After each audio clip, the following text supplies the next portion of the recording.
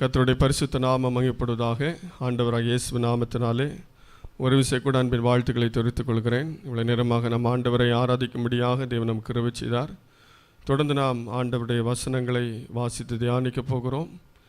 ஆண்டவர் நம்மோடு பேசும்படியாக கண்களை மூடி ஆண்டவர் நோக்கி நாம் பார்ப்போம். ஹல்லேலூயா. ஸ்தோத்திரம் கர்த்தாவே, துதிக்கிறோம்ப்பா. இயேசுவே ஸ்தோத்திரம் ஸ்தோத்திரம் ஸ்தோத்திரம் ஸ்தோத்திரம். ஆண்டவரே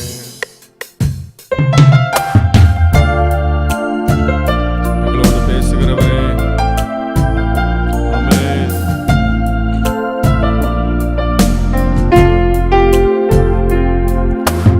அன்புக்காக ஏங்குகின்ற உள்ளங்களை உம்மிடத்தில் சேர்க்கவே உயிர் வாழ்கின்றேன். அன்புக்காக ஏங்குகின்ற உள்ளங்களை உம்மிடத்தில் சேர்க்கவே உயிர் வாழ்கின்றேன். ஓடி ஓடி உழைப்பேன், உந்தன் அன்பை சொல்வேன். ஓடி ஓடி உழைப்பேன், உந்தன் அன்பை சொல்வேன். ஊரெல்லாமும் நாமம் சொல்வேன் ஐயா, ஊரெல்லாமும் நாமம் சொல்வேன் ஐயா. உம்மோடு வாழ்வேன், உமக்காக வாழ்வேன். உம்மை தான் பின்தொடர்வேன். உம்மோடு வாழ்வேன், உமக்காக வாழ்வேன். உம்மை தான் பின்தொடர்வேன். நான் உம்மிடத்தில் வந்த போதெல்லாம் மாயம் என்னை விட்டு போனதே. நீர் எனக்குள்ளே வந்த போதெல்லாம் பாவம் என்னை விட்டு தொலைந்ததே. நீர் எனக்குள்ளே வந்த போதெல்லாம் பாவம் என்னை விட்டு தொலைந்ததே. ஆண்டவரே, அருமையான இந்த வேளையிலும் நாங்கள் தொடர்ந்து வாசித்து தியானிக்கிற வேத பகுதிகளை நம்முடைய கருத்தில் தருகிறோம். நீர் ஆசீர்வதியும், எங்களோடு பேசும். எங்கள் ஒவ்வொருவருக்கும் தேவையான பரலோக மன்னாவை நீர் தருவீராக. நீர் எங்களை ஆளுகச் செய்யும், எங்கள் சிந்தனைகளை ஆளுகச் செய்யும். நாங்கள் ஒருமுகமாய் உம்முடைய வார்த்தையை கவனிக்க கிருபை தாரும். எங்கள் செவிகளை திறந்தருளும் கர்த்தாவே. உம்முடைய கருத்தில் எங்களை அர்ப்பணிக்கிறோம். இயேசுவின் மூலம் ஜெபம் கேளும் பிதாவே, ஆமென் ஆமென். ஆண்டவருடைய பரிசுத்த நாமம் மகிமைப்படுவதாக. தொடர்ந்து நாம் ஆண்டவருடைய வார்த்தையை தியானிக்க போகிறோம். கடந்த வாரத்திலே நாம் தியானித்த தேவ செய்தியின் தொடர்ச்சியை இந்த வாரத்தில் நாம் தியானிக்க போகிறோம்.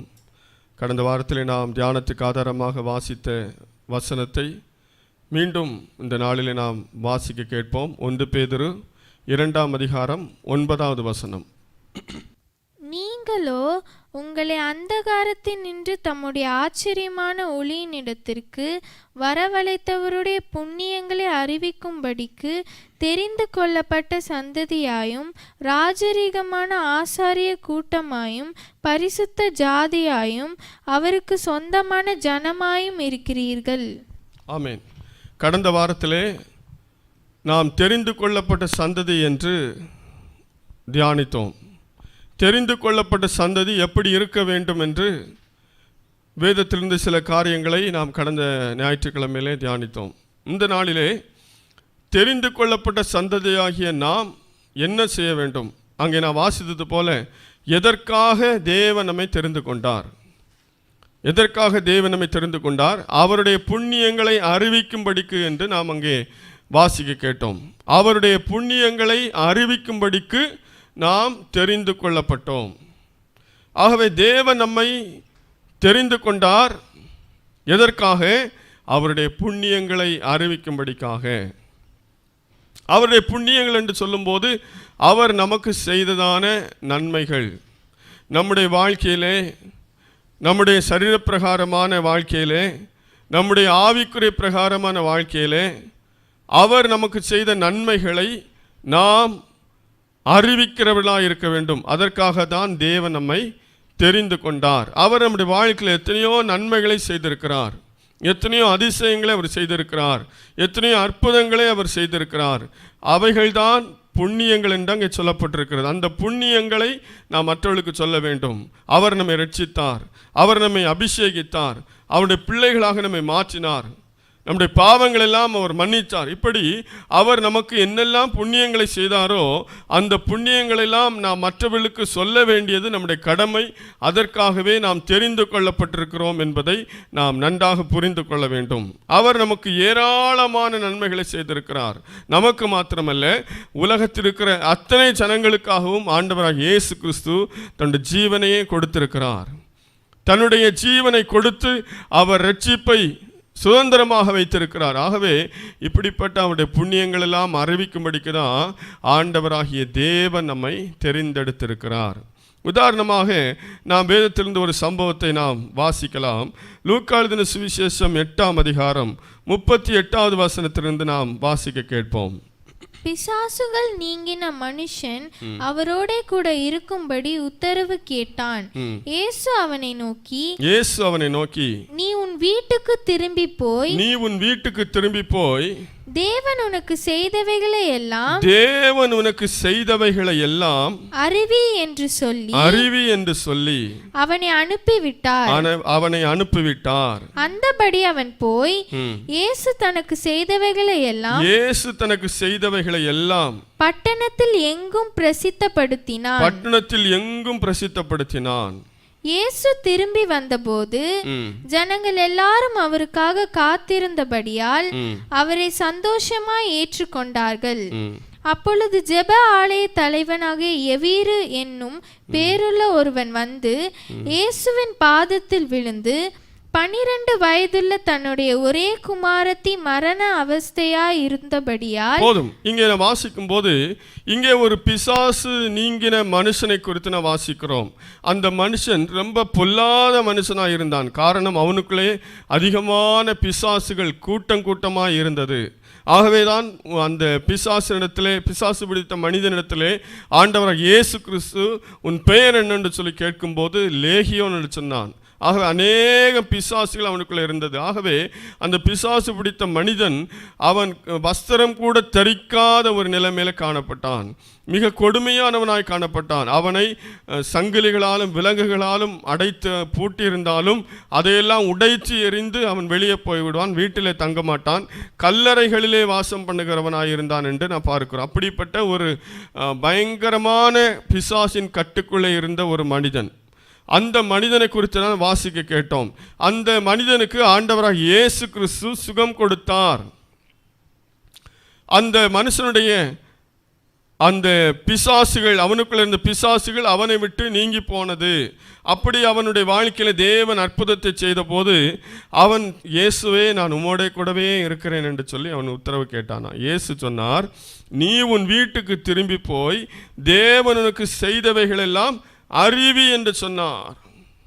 பாருங்க, அந்த பிசாசு பிடித்து அதிலிருந்து சுகம் பெற்றுக்கொண்ட அந்த மனுஷனுக்கு ஆண்டவர் சொன்னது, தேவன் உனக்கு செய்தவைகள் எல்லாம் அறிவி. ஆகவே அவருடைய புண்ணியங்களை அறிவிக்கும்படிக்கு தேவன் நம்மை தெரிந்தெடுத்திருக்கிறார். தேவன் நமக்கு செய்தவைகள் எல்லாம், அவருடைய புண்ணியங்கள் என்றால் என்ன, நம்முடைய வாழ்க்கையில் தேவன் என்னெல்லாம் செய்தாரோ அதை நாம் மற்றவர்களுக்கு சொல்லுகிறவர்களாய் காணப்பட வேண்டும். தேவன் உனக்கு செய்தவைகளெல்லாம் அறிவி என்று சொன்ன போது அவன் என்ன செய்தான், தனக்கு செய்தவைகளெல்லாம், இயேசு தனக்கு செய்தவைகளெல்லாம் பட்டணத்தில் எங்கும் பிரசித்தப்படுத்தினான். ஆமாம், இயேசு என்னெல்லாம் அவனுக்கு செய்தாரோ, அவன் வாழ்க்கையில் எப்படி அவன் இருந்தான், எப்படி ஒரு மாற்றத்தை தேவன் அவனுக்கு கொடுத்தாரோ அதை அந்த பட்டணத்தில் எல்லாம் அவன் சொல்லி என்ன செய்தான், பிரசித்தப்படுத்தினான் என்று பார்க்கிறோம். இயேசு மீண்டும் அந்த பகுதிக்கு திரும்பி வருகிறார் என்று 40ஆம் வசனத்தில் வாசித்தோம். இயேசு திரும்பி வந்தபோது அங்கே ஜனங்கள் எல்லாரும் அவருக்காய் காத்திருந்தார்கள். பாருங்க, இந்த பிசாசு நீங்கி சொஸ்தமான இந்த மனுஷன் எல்லா இடத்திலும் போய் சொன்னான், இந்த இயேசு வந்தார், அவர் என்னுடைய வாழ்க்கையில் விடுதலை தந்தார், நான் பிசாசினால் கட்டப்பட்டிருந்தேன், நான் வஸ்திரம் கூட தரிக்கவில்லை, நான் வீட்டில் இருக்கவில்லை, என்னை யாராலும் கட்டி வைக்க முடியவில்லை, அப்படிப்பட்ட கொடிய வாழ்க்கை வாழ்ந்து கொண்டிருந்த என்னுடைய வாழ்க்கையிலே இயேசு அற்புதம் செய்தான் என்று சொல்லி எல்லா வீடுகள் தோறும் பட்டணங்களில் அவன் சொல்லிக்கொண்டே வந்தான்.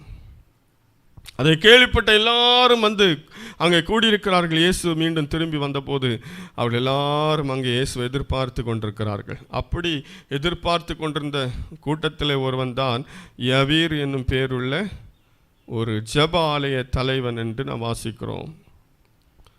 அவனுடைய ஒரே பேரான குமாரத்தி மரண அவஸ்தையாக இருந்தாள். மரணப்படுக்கையில் இருந்த அவனுடைய மகளுக்காக இப்போ அவன் இயேசுவிடத்தில் வருகிறான். எப்படி? இந்த பிசாசு பிடித்து அதிலிருந்து சுகமான இந்த மனிதன் அவன் எல்லாரிடத்திலும் இந்த காரியங்களை போய் சொன்னபடினாலே எல்லா ஜனங்கள் கேள்விப்பட்டு திரும்பி வந்தார்கள். அருமையான தேவனுடைய பிள்ளைகளை, இன்று நாம் நன்மைகளையும் ஆசீர்வாதங்களையும் விடுதலையும் அற்புதங்களையும் பெற்றுக்கொண்டு நாம் நமக்காகவே வாழ்ந்து கொண்டிருப்போமானால் நம்மால் எந்த பிரயோஜனமும் இல்லை. தேவன் நம்ம எதற்காக தெரிந்து கொண்டார்? நமக்கு தேவன் செய்த புண்ணியங்கள், அவருடைய புண்ணியங்களை நாம் மற்றவர்களுக்கு சொல்ல வேண்டும். அப்பந்தான் நம்மை போல மற்றவர்களும் ஆசீர்வதிக்கப்படுவார்கள், நம்மை போல மற்றவர்களும் விடுதலை சுதந்தரிப்பார்கள், நம்மை போல மற்றவர்களும் இரட்சிப்பை சுதந்தரிப்பார்கள், நம்மை போல மற்றவர்களும் நித்திய ஜீவனை பெற்றுக்கொள்வதற்கு பாத்திரவான்களாய் மாறுவார்கள். ஆகவே தேவன் நம்ம எதற்காக தெரிந்து கொண்டார்? அவருடைய புண்ணியங்களை அறிவிக்கும்படிக்கு. பாருங்கள், இந்த மனுஷன் இப்போ எல்லாரிடத்திலும் சொன்னான். அது மாத்திரமல்ல, அங்கே இவனுடைய பிசாசு இவனை விட்டு நீங்கி போன உடனே அவைகள் இயேசுவிடத்தில் கேட்டுக்கொண்டது, எங்களை பாதாளத்திலே அனுப்ப வேண்டாம் என்று. அப்போது அங்கே பன்றி கூட்டம், பன்றி மேய்ந்து கொண்டிருந்தது, ஒரு பெரிய பன்றி கூட்டம் அங்கே மேய்ந்து கொண்டிருந்தது. ஆகவே தங்களை பாதாளத்தில் போக கட்டளையிடாதபடிக்கு அவைகள் அவரை வேண்டிக் கொண்டன. அவ்விடத்தில் அநேகம் பன்றிகள் கூட்டமாய் மலையிலே மேய்ந்து கொண்டிருந்தது. அந்த பன்றிகளுக்குள் போகும்படி தங்களுக்கு உத்தரவு கொடுக்க வேண்டும் என்று அவரை வேண்டிக் கொண்டன. அந்த பன்றி கூட்டம் மேய்ஞ்சிட்டு இருந்துச்சு. அந்த பன்றி கூட்டத்துக்குள்ளே போகணும் அப்படின்னு சொல்லி உத்தரவு கிடைச்சான். இயேசுவோட சரி போங்க அப்படின்னு சொல்லி உத்தரவு கொடுத்தார். அதனால அந்த பன்றிகள் எல்லாம் கடலுக்குள்ளே பாய்ந்து எல்லாம் செத்து போனது. இதை பார்த்து கொண்டிருந்தவர்கள் 34ஆம் வசனத்தை வாசிக்கலாம். 34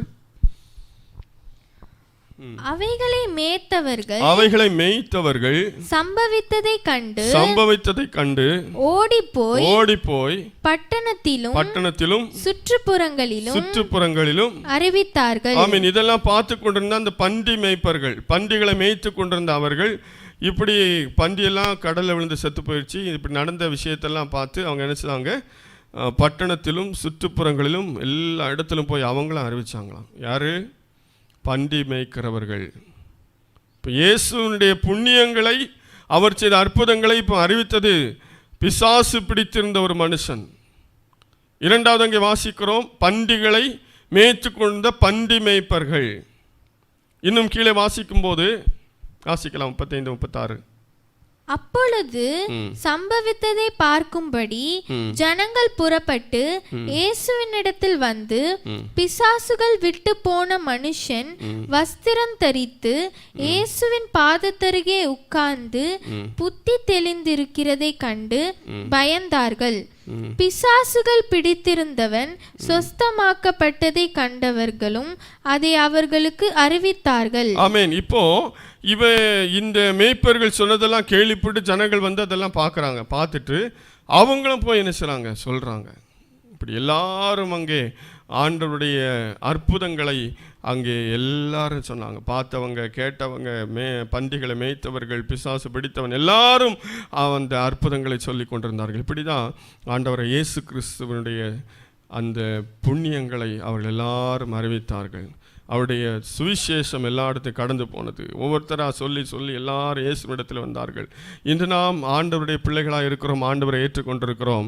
ஆனால் நாம் யாருக்குமே ஆண்டவராக இயேசு கிறிஸ்துவை குறித்து சொல்வதில்லை, அவருடைய புண்ணியங்களை குறித்து சொல்வதில்லை, அவர் நமக்கு செய்த காரியங்களை குறித்து நாம் சொல்வதில்லை. நாமே நிறைய நன்மைகளை பெற்றுக்கொண்டு சோத்திரம் என்று சொல்லி நாம் நமக்குள்ளே வாழ்ந்து கொண்டிருக்கிறோம். அப்படி இல்லை, நாம் மற்றவர்களுக்கு அதை சொல்ல வேண்டும். சிலர் நினைக்கிறோம், நாம் ஏன் அதையெல்லாம் சொல்ல வேண்டும் என்று நினைக்கிறோம். நம்முடைய வாழ்க்கையில் தேவன் எத்தனையோ நன்மைகளை செய்திருக்கிறாரே. வாசிக்கலாம் 66வது சங்கீதத்தில் 16ஆம் வசனத்தை வாசிக்கலாம். 66வது சங்கீதம் 16வது வசனம். தேவனுக்கு பயந்தவர்களே, தேவனுக்கு பயந்தவர்களே, நீங்கள் எல்லாரும் வந்து கேளுங்கள், நீங்கள் எல்லாரும் வந்து கேளுங்கள். அவர் என் ஆத்துமாவுக்கு செய்ததை சொல்லுங்கள். ஆமென். அவர் என் ஆத்துமாவுக்கு செய்ததை சொல்லுவேன். அருமையான தேவனுடைய பிள்ளைகளே, இங்கே நான் வாசிக்கும் போது அவன் என்ன சொல்லுறான்? அவர் என் ஆத்துமாவுக்கு செய்ததை சொல்லுவேன் என்று சொல்லுகிறான். தேவன் நம்முடைய வாழ்க்கையிலே, நம்முடைய சரீரப்பிரகாரமான வாழ்க்கையிலே, அன்றாட வாழ்க்கையிலே, நம்முடைய குடும்ப ஜீவியத்திலே, நம்முடைய வேலை ஸ்தலத்திலே, நம்முடைய ஆத்மாவிலே, நம்முடைய ஆவியிலே தேவன் எவ்வளவோ நன்மைகளையும் அற்புதங்களையும் அதிசயங்களும் செய்து கொண்டிருக்கிறார். அவைகளெல்லாம் நாம் மூடி மறைத்து கொண்டிருக்கக்கூடாது. அவைகளை நமக்குள்ளே அடக்கி கொண்டிருக்கக்கூடாது. அவைகளை மற்றவர்களுக்கு சொல்லும்போது அவர்களும் அப்படிப்பட்ட ஆசீர்வாதங்களை பெற்றுக்கொள்வார்கள். ஆகவே மற்றவர்களுக்கு நாம் அதை சொல்லுகிறவர்களாக இருக்க வேண்டும் என்பது ஆண்டவர் நம்மிடத்தில் எதிர்பார்க்கிறார். அதற்காகவே நம்மை தெரிந்தெடுத்திருக்கிறார். ஆகவே தெரிந்தெடுக்கப்பட்ட நாம் அவருடைய புண்ணியங்களை அறிவிக்க வேண்டும். அது நம்மேல் விழுந்த கடமை என்பதை நாம் உணர்ந்து கொள்ள வேண்டும். இங்கே நாம் அநேக நேரத்தில் யோசிக்கிறோம், நாம் ஏன் அறிவிக்க வேண்டும்? ஆண்டவர் அறிவிப்பதற்கு அது விசேஷித்த ஊழியக்காரர்கள் தான் அதை அறிவிக்க வேண்டும். அதற்காக அழைக்கப்பட்டவர்கள் தான் அறிவிக்க வேண்டும் என்று நாம் நினைக்கிறோம். இல்லை, நாம் எல்லாரையும் தேவன் தெரிந்தெடுத்திருக்கிறார். ஊழியக்காரர்கள் தான் செய்ய வேண்டும் என்பதல்ல, அவர்களுக்கு அது முழுமையாக கொடுக்கப்பட்டிருக்கிறது. ஆனால் எல்லாரும் அவருடைய புண்ணியங்களை எந்த விதத்திலாக நாம் என்ன செய்ய வேண்டும்? அறிவிக்க வேண்டும். அவருடைய புண்ணியங்களை அறிவிப்பதற்கு நாம் ஒரு ஊழியக்காரராக மாறிவிட வேண்டும், நாம் ஒரு போதகராய் மாறிவிட வேண்டும், அல்லது நாம் ஒரு சுவிசேஷகராய் மாறிவிட வேண்டும் என்பதல்ல. நாம் அன்றாட வாழ்க்கையிலே இயேசு கிறிஸ்துவை மற்றவர்களுக்கு அறிவிக்க வேண்டுங்க. நம்ம வாசதெல்லாம் யார் அங்கே அறிவித்தது? பிசாசு பிடித்திருந்தவன். இன்னும் அந்த பன்றிகளை மேய்த்து கொண்டிருந்த பன்றி மேய்ப்பர்கள், இன்னும் அதையெல்லாம் வேடிக்கை பார்க்க வந்த ஜனங்கள், இவர்கள் எல்லாருமே அதை அறிவித்தார்கள் என்று வாசிக்கிறோம். அதே போல யார் அறிவிக்க வேண்டும் என்பதெல்லாம் அல்ல, நாம் எல்லாருமே அறிவிக்க வேண்டும் என்று தான் வேதம் சொல்லுகிறது. அப்போஸ்தலர் 9ஆம் அதிகாரம் 15ஆம் வசனத்தை வாசிக்கலாம். அதற்கு கர்த்தர், நீ போ, அவன் புறஜாதிகளுக்கும் ராஜாக்களுக்கும் இஸ்ரவேல் புத்திரருக்கும் என்னுடைய நாமத்தை அறிவிக்கிறதற்காக நான் தெரிந்து கொண்ட பாத்திரமாய் இருக்கிறான். ஆமீன். இங்கே அப்போஸ்தலனாகிய பவுலை குறித்து சொல்லப்பட்டிருக்கிறது. அவன் ஆரம்பத்திலே ஆண்டவராக இயேசு கிறிஸ்துவை ஏற்றுக்கொண்ட போது அவனை குறித்து சொல்லப்பட்ட வார்த்தையை கேட்டோம். அவன் என் நாமத்தை அறிவிப்பதற்காக நான் தெரிந்து கொண்ட பாத்திரம் என்று சொல்லி ஆண்டவர் சொன்னார். அப்போ அங்கே அப்போஸ்தலனாகிய பவுலை ஆண்டவர் அதற்காக விசேஷமாய் அங்கே அழைத்திருக்கிறார். அதற்காக அப்படிப்பட்ட அப்போஸ்தலர்கள் தான் சொல்லணும், அப்படிப்பட்ட ஊழியக்காரங்க தான் சொல்லணும் அப்படி நம்ம ஒதுங்கக்கூடாது. அது அவருக்கு முக்கியமாக கொடுக்கப்பட்ட ஒரு மிகப்பெரிய ஒரு பொறுப்பு. ஆனால் ஆண்டவரை அறிந்து கொண்ட எல்லாரும் நாம் அவருடைய புண்ணியங்களை அறிவிக்க வேண்டும். அதற்காக தான் தேவன் நம்மை தெரிந்தெடுத்திருக்கிறார். ஆகவே வேதத்திலே நாம் அநேகரை குறித்து வாசிக்க முடியும். இப்பொழுது நான் வாசித்தது போல இன்னும் அநேக உதாரணங்களை நான் உங்களுக்கு சொல்ல விரும்புகிறேன். தேவ ஊழியர்கள் தான் இந்த காரியத்தை செய்ய வேண்டும் என்று நாம் சில இடத்தில் தவறாக நினைக்கிறபடினாலே அப்படி அல்ல, எல்லாரும் இந்த காரியத்தை செய்திருக்கிறார்கள் என்பதுதான் வேதம் நமக்கு சொல்லுகிற உண்மை. ஆகவே அதை நாம் தியானிக்கும் போது இன்னும் அதிகமாக அவருடைய புண்ணியங்களை அறிவிப்பதற்கு நமக்கு பிரயோஜனமாக இருக்கும். வேதத்தில் வாசிக்கலாம். 2 ராஜாக்கள் 7ஆம் அதிகாரம் 9ஆம் வசனத்தை வாசிக்கலாம். பின்பு அவர்கள் ஒருவரை ஒருவர் நோக்கி, நாம் செய்கிறது நியாயமல்ல, நாம் செய்கிறது நியாயமல்ல, இந்நாள் நற்செய்தி அறிவிக்கும் நாள், இந்நாள் நற்செய்தி அறிவிக்கும் நாள், நாம் மௌனமாயிருந்து பொழுது விடியும் மட்டும் காத்திருந்தால் குற்றம் நம்மேல் சுமரும். ஆமேன். இங்கே இந்த வாசிக்கும் போது ஒரு 4 குஷ்டரோகிகள் சொல்லுகிற வார்த்தையை நான் வாசிக்க கேட்டேன். அவர்கள் சொன்னார்கள், இந்நாள் நற்செய்தி அறிவிக்கும் நாள், நாம் மௌனமாயிருந்து பொழுது விடியும் மட்டும் காத்திருந்தால் குற்றம் நம்மேல் சுமரும் என்று சொல்லுகிறார்கள். இந்நாள் நற்செய்தி அறிவிக்கும் நாள். என்ன நற்செய்தி? அந்த நாளிலே இஸ்ரவேல் தேசத்திலே சமாரியா பட்டணத்தை சீரிய இராணுவம் முற்றுகையிட்டிருக்கிறார்கள். அது நிமித்தமாய் அந்த சமாரியா பட்டணத்திலே பயங்கர பஞ்சம். அங்கே பிள்ளைகளை வெட்டி சமைத்து சாப்பிடுகிற அளவுக்கு தேசத்தில் பஞ்சம் உண்டாயிற்று. அப்படிப்பட்ட சூழ்நிலையில் இந்த 4 குஷ்டரோகிகளும் ஒலிமுக வாசலில் இருந்து கொண்டு நாம் என்ன செய்வது? பட்டணத்தில் எல்லாரும் செத்து கொண்டிருக்கிறார்கள். ஆகவே இவங்களுக்கு இங்கே எந்த சாப்பாடும் இல்லை, இவங்களுக்கு எதுவும் கிடைக்கல. பட்டணத்துக்கு போனாலும் பஞ்சத்தில் நம்ம சாகணும், இங்கே இருந்தாலும் நம்ம சாக போகிறோம். ஆகவே அந்த சீரியரின் அந்த பாளையத்துக்கு போவோம். ஒருவேளை அவர்கள் உயிரோடு வைத்தால் வைக்கட்டும், இல்லை என்றால் கொண்டு போட்டால் கொண்டு போடட்டும் என்று ஒரு தீர்மானத்தோடு அங்கே போகிறாங்க 4 பேரும்.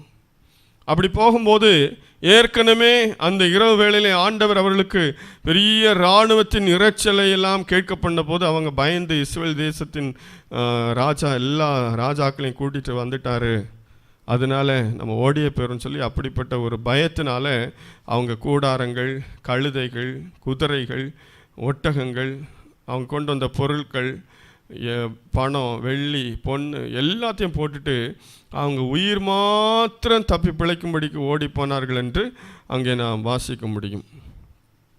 உயிர் நம்ம கிடைச்சா போதுன்னு சொல்லி எல்லாத்தையும் போட்டுட்டு ஓடிட்டாங்க. வஸ்திரங்களை கூட அவங்க நினச்சிட்டாங்க, தூக்கி வீசிட்டு ஒரே ஓட்டமாக ஓடி போயிட்டாங்க அந்த பெரிய சேனை. இவங்க 4 பேரும் வந்து பயந்து பார்க்குறாங்க. அங்கே பார்த்தா யாருமே இல்லை, ஆனால் எல்லாம் அப்படியே இருக்குது. ஆகவே அவங்க ஒரு கூடாரத்தில் போனாங்களாம். கூடாரத்தில் போய் எத்தனையோ நாளாக பசியில் இருந்தாங்க. அங்கே போய் நல்லா சாப்பிட்டு புசித்து குடித்தார் என்று வாசிக்கிறோம். அது மாத்திரமில்லை, அங்கிருந்து வஸ்திரங்களையும் பொன்னையும் வெள்ளியையும் அவர்கள் கொண்டு போய் ஒழித்து வைத்தார்கள். இன்னொரு கூடாரத்தில் போனாங்க. அங்கேயும் அதே மாதிரி நிறைய சாப்பாடுலாம் இருந்துச்சு. சாப்பிட்டுட்டு அங்கே இருக்கிற பொன், வெள்ளி, வஸ்திரம்லாம் எடுத்து ஒழித்து வச்சாங்க. இப்படி செய்யும்போது அவங்களுக்கு ஞாபகம் வந்துச்சு, நம்ம இப்படி செய்யக்கூடாது. பொழுது விடியும் மட்டும் நாம் காத்திருந்தால் குற்றம் நம்மில் சுமரும். ஏன்னா பொழுது விடிஞ்சிருச்சுன்னா அவங்க போனவங்க ஓஹோ ஒன்றும் பிரச்சனை இல்லை போலன்னு திரும்ப வந்துடுவாங்க. ஆகவே இதை உடனடியாக அரண்மனைக்கு நாம் அறிவிக்க வேண்டும் என்று சொல்லி அவர்கள் போய் அரண்மனைக்கு அறிவித்தார்கள். ஆகவே எலிசாவின் வார்த்தையின்படியே அங்கே அந்த பஞ்சம், சீரிய இராணுவம் அங்கே முற்றுகை போட்டபடியில் ஏற்பட்ட பஞ்சம் அந்த நாளில் நீங்கி விட்டது. இல்லாமல் இவர்களே புசித்து குடித்து கொண்டிருந்திருந்தால் அடுத்த நாள் மீண்டும் சீரியர்கள் வந்திருப்பார்கள். ஆனால் அவங்க விட்டு சென்ற எல்லா உணவுப் பொருட்கள், பொன், வெள்ளி, வஸ்திரம், கழுதை, குதிரை, எல்லா மிருக ஜீவன்கள், எல்லா பொருட்களும் இஸ்ரவேல் ஜனங்களுக்கு உரியதாயிற்று. இப்போ 4 பேரும் சொல்லாமல் இருந்திருந்தால் இவங்க என்னவாக இருப்பாங்க? ஒருவேளை இந்த பட்டணமே அழிந்திருக்கும். அருமையான தேவனுடைய பிள்ளைகள், இதே போல தான் நாம் அநேக நேரத்தில் செய்து கொண்டிருக்கிறோம். தேவனால் தெரிந்து கொள்ளப்பட்ட நாம் அவரிடத்திலிருந்து ஏராளமான ஆசீர்வாதங்களை பெற்றுக்கொள்கிறோம். அவர் நமக்கு நிறைய புண்ணியங்களை அவர் செய்திருக்கிறார். ஆனால் அதையெல்லாம் யாருக்குமே நம்ம சொல்லாமல் நாம் மாத்திரமே அனுபவித்து கொண்டிருக்கிறோம். நாம் பெற்றுக்கொண்ட ஆசீர்வாதங்கள், நாம் பெற்றுக்கொண்ட ரட்சிப்பு, இதெல்லாம் மற்றவர்களுக்கு நாம் சொல்ல வேண்டும். அதுதான் தேவன் நம்ம இடத்துல எதிர்பார்க்கணும். பாருங்கள், இவங்க வந்து ஊழியக்காரங்களாக இல்லை, இவங்க வந்து சாதாரணமான குஷ்டரோகிங்க. அவர்கள் அறிவித்தார்கள். அவர்கள் என்று அறிவிக்காவிட்டால் பட்டணத்திலே அழிவு உண்டாயிருக்கும். அவங்க சொன்னதுனால அந்த பட்டணம் ஆசீர்வதிக்கப்பட்டுச்சு. அருமையான தேவனுடைய பிள்ளையே, நாம் ஆண்டவருடைய புண்ணியங்களை அறிவிக்கும் போது அநேகர் ஆசீர்வதிக்கப்படுவார்கள், பாவத்திலிருந்து அநேகர் மனம் திரும்புவார்கள். ஆகவே அது நம்மேல் விழுந்த கடமை, நாம் நிச்சயமாக அதை செய்ய வேண்டும் என்கிற எண்ணத்தோடு நாம் அவருடைய புண்ணியங்களை அறிவிக்கிறவர்களாய் நாம் காணப்பட வேண்டும். இன்னும் அதே 2 ராஜாக்கள் 5ஆம் அதிகாரம் முதல் 3 வசனங்களை வாசிக்கும் போது அங்கே ஒரு காரியம் சொல்லப்பட்டிருக்கிறது. வாசிக்கலாம். 2 ராஜாக்கள் 5:1-3 வரை. சீரியா ராஜாவின் படைத்தலைவனாகிய நாகமான் என்பவன் தன் ஆண்டவனிடத்தில் பெரிய மனுஷனும் எண்ணிக்கையுள்ளவனுமாயிருந்தான். அவனை கொண்டு கர்த்தர் சீரியாவுக்கு இரட்சிப்பை கட்டளையிட்டார். மகா பராக்கிரமசாலியாகிய அவனோ குஷ்டரோகியாயிருந்தான். சீரியாவில் இருந்து தண்டுகள் புறப்பட்டு இஸ்ரவேல் தேசத்திலிருந்து ஒரு சிறு பெண்ணை சிறைப்பிடித்து கொண்டு வந்திருந்தார்கள். அவள் நாகமானின் மனைவிக்கு பணிவிடை செய்து கொண்டிருந்தாள். அவள் தன் நாச்சியாரை பார்த்து, என் ஆண்டவன் சமாரியாவில் இருக்கிற தீர்க்கதரிசியின் இடத்தில் போவாரானால் நலமாயிருக்கும், அவர் இவருடைய குஷ்டரோகத்தை நீக்கி விடுவார் என்றாள். ஆமென். இங்க பாருங்க, இந்த சீரியா ராஜாவின் படைத்தலைவன் நாகமான் என்று வாசித்தோம். இந்த நாகமான் வீட்டிலே ஒரு இஸ்ரவேல் தேசத்திலிருந்து கொண்டு வரப்பட்ட ஒரு சிறு பெண் வேலை செய்து கொண்டிருந்தாள், பணிவிடை செய்து கொண்டிருந்தாள் நாகமானுடைய மனைவிக்கு. அதாவது சீரியர் அடிக்கடி இவங்க இஸ்ரவேல் ஜனங்களோட யுத்தம் பண்ணாங்க. அப்படி வரும்போது இங்கே இருந்த ஆட்கள்லாம் கூட அவங்க பிடிச்சிட்டு போனாங்க, பொருட்களை கொண்டு போனாங்க. அப்படி போகும்போது ஒரு சிறு பெண் ஒரு விசை கொண்டு போகப்பட்டால் அவள் நாகமானுடைய மனைவிக்கு பணிவிடை செய்து கொண்டிருந்தாளாம். அந்த சிறு பெண் இந்த நாகமான் குஷ்டரோகியாக இருந்தபடினாலே அவனுடைய நாகமானுடைய மனைவியை பார்த்து, தன்னுடைய நாச்சியாரை, தன்னுடைய எஜமாட்டியை பார்த்து அவள் சொல்லுகிறாள். ஏனென்றால் இந்த நாகமான் ஒரு படைத்தலைவன், ஒரு மிகப்பெரிய மனிதன். அவன் அநேக யுத்தங்களை செய்து அதில் வெற்றி பெற்றிருக்கிறான், முக்கியமான மனுஷன் தேசத்தில். ஆனால் அவனுக்கு ஒரு குறைவு இருந்தது, அது குஷ்டரோகம். ஆகவே இந்த சிறுபெண் அந்த நாகமானுடைய மனைவியின் இடத்துல சொல்லுகிறாள், என் ஆண்டவன் அங்கே இஸ்ரவேல் தேசத்துக்கு போவாரானால், அங்கே தீர்க்கதரிசி இடத்துல போவாரானால் அவர் இவருடைய குஷ்டரோகத்தை நீக்கி விடுவார் என்று அறிவித்தார். பாருங்க, அன்னைக்கு அந்த சிறிய பெண் தான். அவள் அந்த வார்த்தையை சொல்லாவிட்டால் இந்த நாகமான் கடைசி வரைக்கும் குஷ்டரோகியாக தான் இருந்திருப்பான். இவருடைய வார்த்தையை கேட்டபடினால்தான் அவன் இஸ்ரவேல் தேசத்துக்கு நிருபங்களை வாங்கி கொண்டு வந்தான், எலிசாவை சந்தித்தான், எலிசாவின் வார்த்தைக்கு கீழ்ப்படிந்தான். கீழ்ப்படிந்து யோர்தானிலே 7 தரம் மூழ்கி எழுந்தவுடனே அவனுடைய மாம்சம் ஒரு சிறு பிள்ளையின் மாம்சம் போல மாறிட்டு என்று நாம் வேதத்தில் வாசிக்கிறோம். நமக்கு இந்த அற்புதம் தெரியும். அந்த குஷ்டரோகியாகிய நாகமான் அவன் சுத்தமானான். இந்த சிறுபன் என்று சொல்லாதிருந்தால் இந்த நாகமான் குஷ்டரோகியாக தான் இருந்திருப்பான். கடைசி வரைக்கும் அவனுக்கு விடுதலை இல்லை. ஆனால் அந்த சிறுபன் அதை சொன்னபடினாலே நாகமான் குஷ்டரோகி சொஸ்தமானான். அல்லேலூயா, அல்லேலூயா. அருமையான தேவனுடைய பிள்ளைகளே, இன்று எத்தனையோ பேர் பாவத்தில் வாழ்ந்து கொண்டிருக்கிறார்கள். நம்மை சுற்றி தான் இருக்கிறாங்க. எங்கேயோ போய் சொல்லணுங்கிறதெல்லாம் இல்லை. நாம் சுவிசேஷம் சொல்லணும்னா உடனே ஏதோ ஒரு நாட்டிற்கு போக வேண்டும், அல்லது வேறொரு மாநிலத்திற்கு போக வேண்டும், அல்லது வேறொரு மாவட்டத்துக்கு போக வேண்டும் என்றெல்லாம் நாம் நினைத்து விடக்கூடாது. நம்ம பக்கத்தில் இருக்கிற, நம்மை சுற்றி இருக்கிற ஜனங்களுக்கு முதலாவது நாம் பெற்றுக்கொண்ட ஆசீர்வாதங்களை, நன்மைகளை, அவருடைய புண்ணியங்களை நாம் அறிவிக்க வேண்டும். நம்ம அப்படி தான் நினைக்கிறோம்.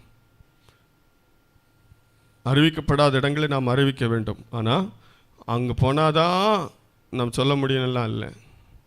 நாம் வாழுகிற பகுதியில் அன்றாட வாழ்க்கையில் சந்திக்கிற மனிதர்களுக்கு நாம் அவருடைய புண்ணியங்களை அறிவிக்கும் போது அதன் மூலமாக அநேகம் பேர் ரட்சிக்கப்படுவார்கள். நம்மை சுற்றி இன்னும் எத்தனை பேர் ரட்சிக்கப்படாமல் இருக்கிறார்கள். அவர்களுக்கு நாம் சாதாரண முறையில் அதற்காக நாம் ஒரு பிரசங்கத்தை ஆயத்தம் செய்து ஒரு 5-6 வசனங்களை எடுத்துக்கொண்டு வேத புத்தகத்தெல்லாம் கையில் வைத்துக்கொண்டு கையில் ஒரு மைக் வச்சுட்டு இப்படிலாம் போய் சுவிசேஷம் அறிவிக்க வேண்டும், இப்படி தான் அறிவிக்க முடியும் என்று நாம் நினைக்கக்கூடாது. நாம் சாதாரணமாக பேசுகிற முறையில் தேவ நமக்கு செய்த நன்மைகளை மற்றவர்களுக்கு சொல்லும்போது அது எத்தனை பேருக்கு பிரயோஜனமாக இருக்கும் பார்த்தீங்களா? பாருங்கள், அந்த சீரிய தேசத்திருந்த ஒரு மனுஷன், அவனுடைய வீட்டில் வேலை செய்து கொண்டிருந்த ஒரு சிறு பெண் சொன்ன அந்த வார்த்தை, அந்த தகவல் அவனுடைய வாழ்க்கையில் எவ்வளோ பெரிய மாற்றத்தை உண்டாக்கினது. அவன் ஆண்டவரை ஏற்றுக்கொண்டான். இஸ்ரவேல் ஜனங்கள் வழிபடுகிற தேவனை நான் வழிபடுவேன் என்று சொல்லி அவன் வைராக்கியத்தோடு திரும்பி போனான், சந்தோஷத்தோடு திரும்பி போனான், ஆண்டவருக்கு சாட்சியாக வாழ்ந்தான். நாம் சொல்லாதனால் எத்தனையோ நாகமான்களை நாம் இழந்து கொண்டிருக்கிறோம். நாகமான் போன்ற எத்தனையோ பெரிய மனிதர்களை நாம் இழந்து கொண்டிருக்கிறோம். நாம் சொல்லியிருந்தால் அவர்கள் ஆண்டவரை அறிந்திருப்பார்கள். நாம் சொல்லியிருந்தால் அவருடைய வாழ்க்கையில் இருக்கிற கஷ்டம் அவர்களை விட்டு போயிருக்கும். நாம் சொல்லியிருந்தால் அவங்க செத்திருக்க மாட்டாங்க. நாம் சொல்லியிருந்தால் அவங்க தற்கொலை பண்ணியிருக்க மாட்டாங்க. நாம் சொல்லியிருந்தால் அவங்க வாழ்க்கையில் இப்படி ஒரு காரியம் நடந்திருக்காது. அந்தந்த சிறுபன் சொல்லாமல் இருந்திருந்தால் என்ன நடந்திருக்கும்? அருமையான தேவனுடைய பிள்ளைகளை, ஆகவே நாம் இப்படி தான் சொல்லணும், இவங்க தான் சொல்லணும்னு சொல்லி நம்ம ஒதுங்கிடக்கூடாது. ரட்சிக்கப்பட்ட நாம் ஒவ்வொருவரும் தேவனால் தெரிந்து கொள்ளப்பட்டவர்கள். தேவன் நம்மை தெரிந்து கொண்டது அவருடைய புண்ணியங்களை அறிவிக்கும்படிக்காக. நாம் ஒவ்வொருவரும் அவருடைய புண்ணியங்களை அறிவிக்கிறவர்களாய் நாம் மாற வேண்டும். இன்னும் சில உதாரணங்களை உங்களுக்கு நான் சொல்லுகிறேன். லூக்கா எழுதின சுவிசேஷம் 2ஆம் அதிகாரம் 15 17 வரைக்கும் வாசிக்கலாம். தேவதூதர்கள் அவர்களை விட்டு பரலோகத்துக்கு போன பின்பு மேய்ப்பர்கள் ஒருவரையொருவர் நோக்கி, நாம் பெத்லகேம் ஊருக்கு போய் நடந்ததாக கர்த்தரால் நமக்கு அறிவிக்கப்பட்ட இந்த காரியத்தை பார்ப்போம் வாருங்கள் என்று சொல்லி தீவிரமாய் வந்து மரியாளையும் யோசேப்பையும் முன்னணியிலே கிடத்தி இருக்கிறது பிள்ளையையும் கண்டார்கள்.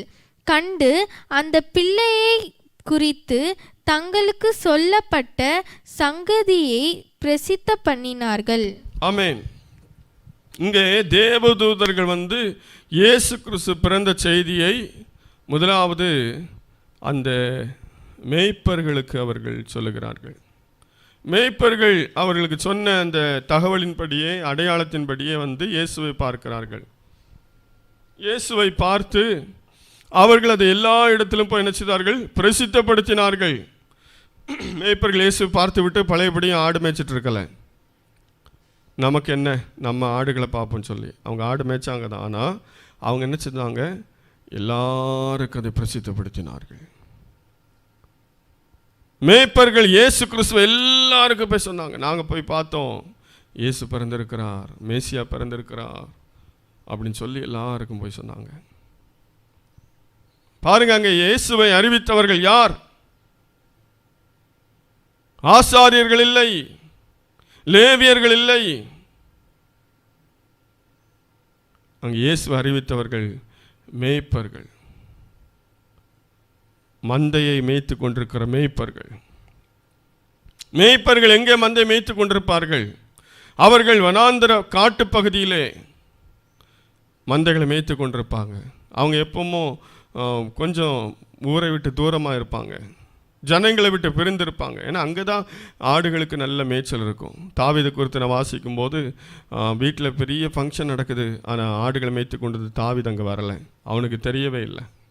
அப்படி தான் மேய்ப்பர்கள் ஒரு ஒதுங்கி வாழ்ந்து கொண்டிருக்கிற அந்த மேய்ப்பர்கள் அவங்க கேட்டுட்டு பேசாமல் போயிருந்தாங்கன்னா யாருக்கும் தெரியாது. அவங்க போய் எல்லா இடத்திலும் பிரசித்தம் பண்ணினார்கள். நாம் என்ன நினைக்கிறோம்? இந்த சுவிசேஷ ஊழியத்தை செய்ய, ஆண்டவர் குறித்து சொல்ல, அதற்கு ஊழியர்கள் தான் செய்ய வேண்டும் என்று நாம் ஒதுங்கி இருக்கிறோமா? இல்லை. நம்ம எத்தனை பேர் பார்த்துருக்கிறோம்? அங்கே 4 குஷ்டரோகிகள் சொன்னாங்க, ஒரு வேலைக்கார சிறுபெண் சொன்னாள், பன்றி மேய்த்து கொண்டிருந்த மேய்ப்பர்கள் சொன்னார்கள், ஆடு மேய்த்து கொண்டிருந்த மேய்ப்பர்கள் சொன்னார்கள். அப்போ யார் வேணாலும் சொல்லலாம், எல்லாரும் சொல்லணும். அதுதான் ஆண்டவர் சொல்கிற காரியம். எல்லாரும் தெரிந்து கொள்ளப்பட்ட அத்தனை பேரும் ஆண்டவருடைய புண்ணியங்களை அறிவிக்க வேண்டும். அத்தனை பேரும் புண்ணியங்களை அறிவிக்கலாம். அதற்கு தகுதி என்ன? கடந்த வாரத்தில் தியானித்தது தான் தகுதி. கடந்த வாரத்தில் தெரிந்து கொள்ளப்படல எப்படி இருக்க வேண்டும் என்று நாம் வாசித்தோம். அப்படி இருந்துவிட்டு நாம் மற்றவர்களுக்கு இயேசு கிறிஸ்துவை குறித்து சொல்லும்போது நிச்சயமாக அது பெரிய ரட்சிப்பை உண்டாக்கும். இன்னும் நாம் வேதத்தில் வாசிக்கும் பொழுது யோவான் எழுதின சுவிசேஷம் 4ஆம் அதிகாரம் 28வது வசனத்திலிருந்து வாசிக்கலாம். யோவான் 4:28 முதல் 30 வரைக்கும். அப்பொழுது அந்த ஸ்திரீ தன் குடத்தை வைத்துவிட்டு ஊருக்குள்ளே போய் ஜனங்களை நோக்கி, நான் செய்த எல்லாவற்றையும் ஒரு மனுஷன் எனக்கு சொன்னார், அவரை வந்து பாருங்கள், அவர் கிறிஸ்து தானோ என்றாள். அப்பொழுது அவர்கள் ஊரிலிருந்து புறப்பட்டு அவரிடத்தில் வந்தார்கள். ஆமென். இங்கே நான் வாசிக்கும் போது சமாரியா ஸ்திரீயை குறித்து வாசிக்கிறோம். அவள் பெயர் அங்கே சொல்லப்படவில்லை. இயேசு அந்த ஸ்திரீயை பார்த்து அவளோடு பேசுகிறார்.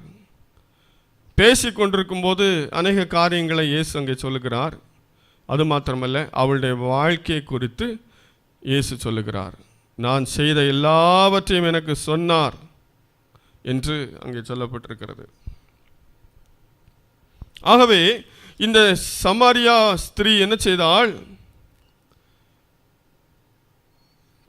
தான் தண்ணீர் எடுக்க வந்தாள் அந்த கிணற்றுக்கு. அந்த குடத்தை அங்கேயே வச்சுட்டு என்ன செய்தாள்? ஊருக்குள்ளே ஓடி போனாள்.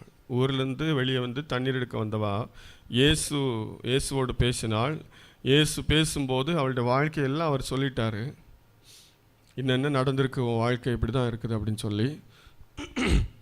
ஆகவே அவள் மிகவும் ஆச்சரியப்பட்டு பிரமித்து போய் குடத்தை அங்கே வைத்துவிட்டு ஊருக்குள்ளே ஓடி போய் என்ன செய்தாள்? அவள் ஜனங்களுக்கு சொன்னாள், நான் செய்த எல்லாவற்றையும் ஒரு மனுஷன் எனக்கு சொன்னார், அவரை வந்து பாருங்கள், அவர் கிறிஸ்து தானா என்று சொன்னார்.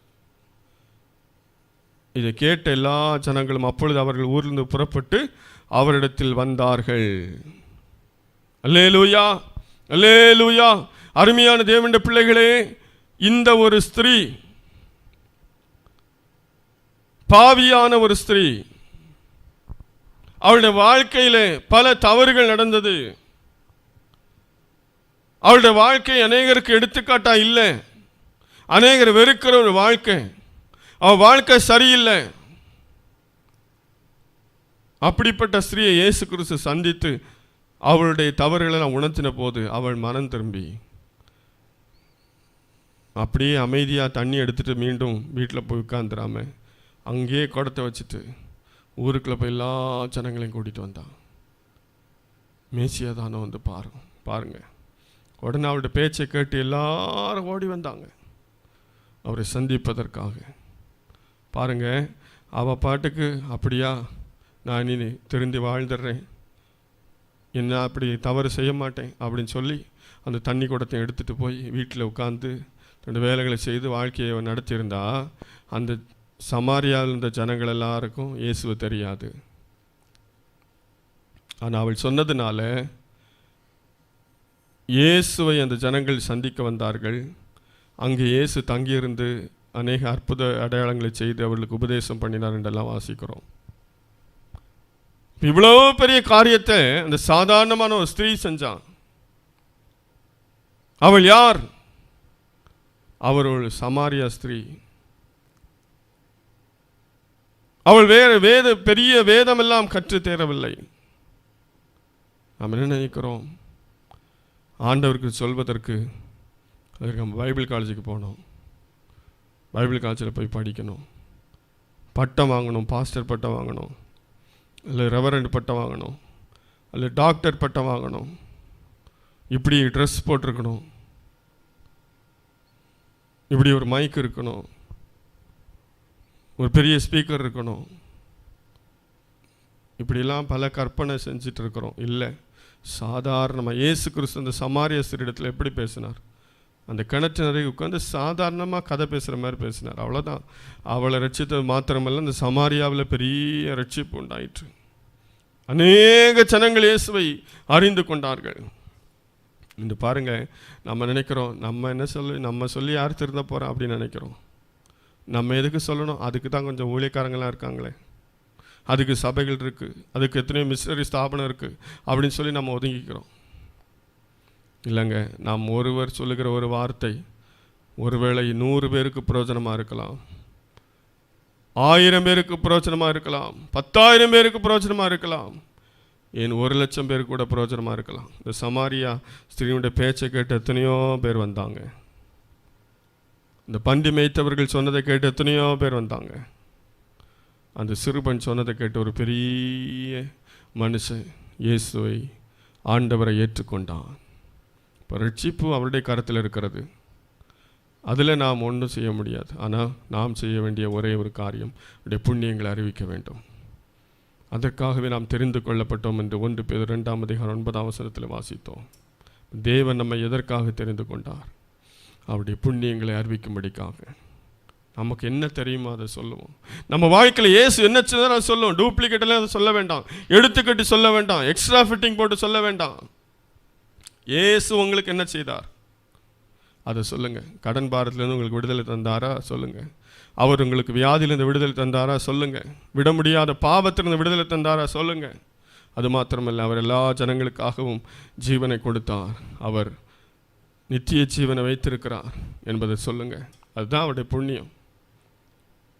நம்முடைய தெரிந்த மொழியிலே, நம்ம தெரிந்த நடையிலே நாம் சொல்லும்போது அதுதான் பெரிய மாற்றத்தை கொண்டு வந்துச்சு. பாருங்கள், இவங்கெல்லாம் சாதாரணமாக தான் சொன்னாங்க.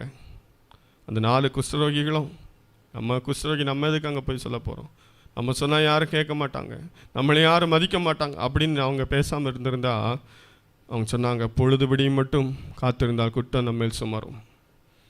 எவ்வளோ காலத்தை நாம் வீணடிச்சிட்டோம், எவ்வளோ காலத்தை வீணடித்து விட்டோம்.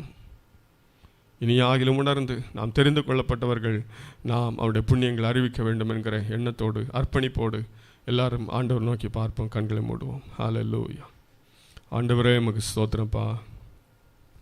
ஹல்லேலூயா, ஹல்லேலூயா, ஹல்லேலூயா. கர்த்தாவே, ஆண்டவரே நீ நல்லவர். ஹல்லேலூயா. ரிபகன சகன ரபகனமா. இயேசுவே மை துதிக்கிறோம், துதிக்கிறோம், துதிக்கிறோம், துதிக்கிறோம், துதிக்கிறோம். ஆண்டவரே மை ஸ்தோத்திரிக்கிறோம். ஹல்லேலூயா. ரிபகன மரபகன சகன. ஜீவனுள்ள நாட்களெல்லாம் இயேசுவுக்காய் வாழ்வோம்.